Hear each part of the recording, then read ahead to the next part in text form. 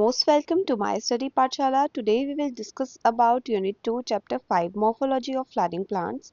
Before this video, we have discussed about Unit 1, Chapter 4, chordates and non-chordates, and उसका एक topic रह गया है chordates. उसको मैं आपको डिजिटली iPad के थ्रू पढ़ाऊंगी और आपको जानकर ये खुशी होगी कि आज से मैं आपको डिजिटली iPad के थ्रू ही पढ़ाऊंगी and this is my first digitally created video through iPad. Hope so आपको ये वीडियो पसंद आएगी. So let's start the topic morphology of flowering plant introduction.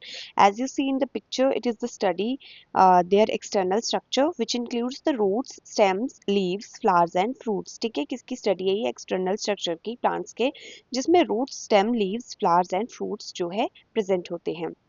Okay, so these are the parts of internal structure of a flower as you can see in the picture.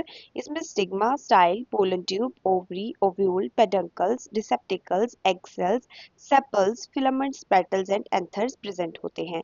Okay, so these are the parts of flowers. ठीक है, internal structure. इसमें जो anther and filament part होता है उसको आप स्टेमन बोल सकते हैं. And the stigma, style, pollen tube, ovary, ये जो पोर्शन है देख सकते हैं आप, इसको हम जो है पिस्टल बोल सकते हैं.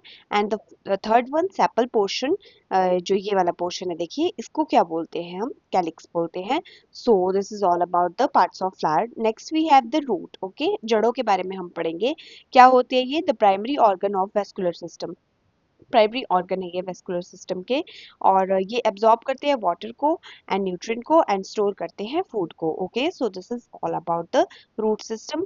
And as you can see in the picture, this is the structure of a flowering plant. Okay, क्या है ये? Parts of flowering plant. इसको आप लिख भी सकते हैं नीचे, मैं यहाँ पे लिखना भूल गई हूँ, इसको आप लिख लेना. The parts of flowering plant, parts of flowering plants. Okay, so as you all know that the direct elongation of the radicals leads to the formation of the primary root. जैसा कि आप देख सकते हैं, मैं साथ साथ में हाईलाइट भी करती जा रही हूँ तो आप इसको नोट डाउन कर लेना. क्या होता है इनमें, जो डायरेक्ट इलोंगेशन होती है रेडिकल्स की, वो लेड करती है फॉर्मेशन ऑफ प्राइमरी रूट को.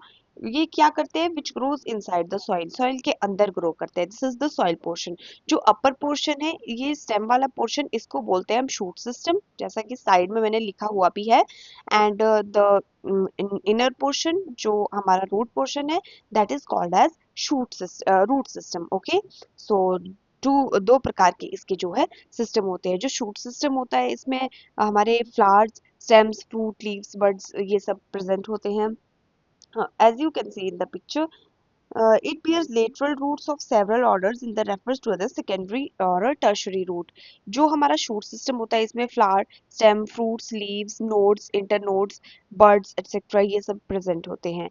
ठीक है, so these are the part of stem. and जो हमारा ये secondary है, इसमें tertiary होते हैं.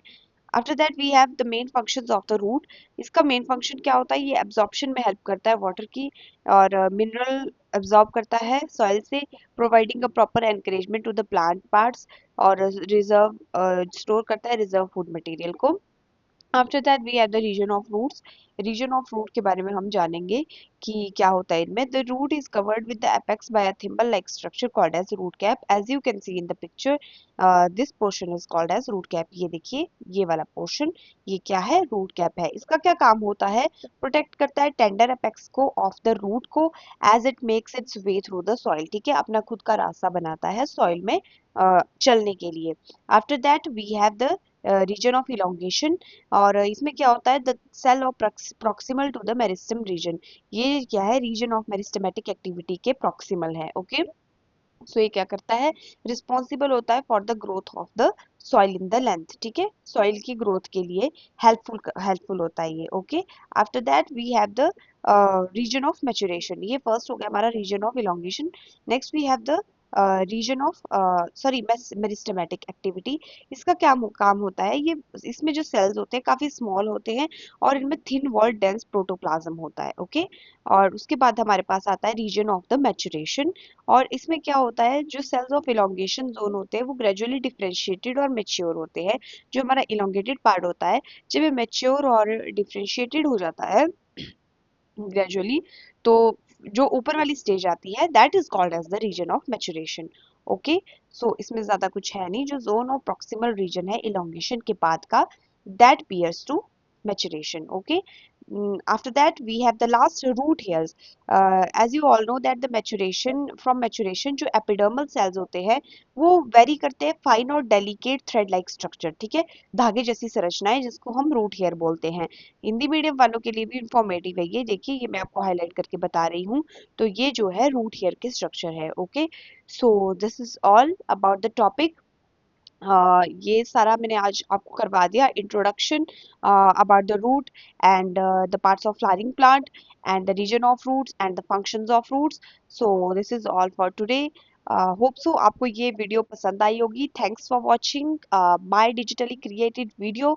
और इसी तरह की इंफॉर्मेटिव वीडियोस देखने के लिए माय स्टडी पाठशाला को लाइक शेयर सब्सक्राइब करना ना भूलें एंड बेल आइकन को प्रेस करना भी ना भूलें। और कमेंट बॉक्स में ज़रूर सजेस्ट करें कि आपको ये वीडियो कैसी लगी। और कोई भी अगर डाउट है, क्वेरी है, so you can also write down in the comment box.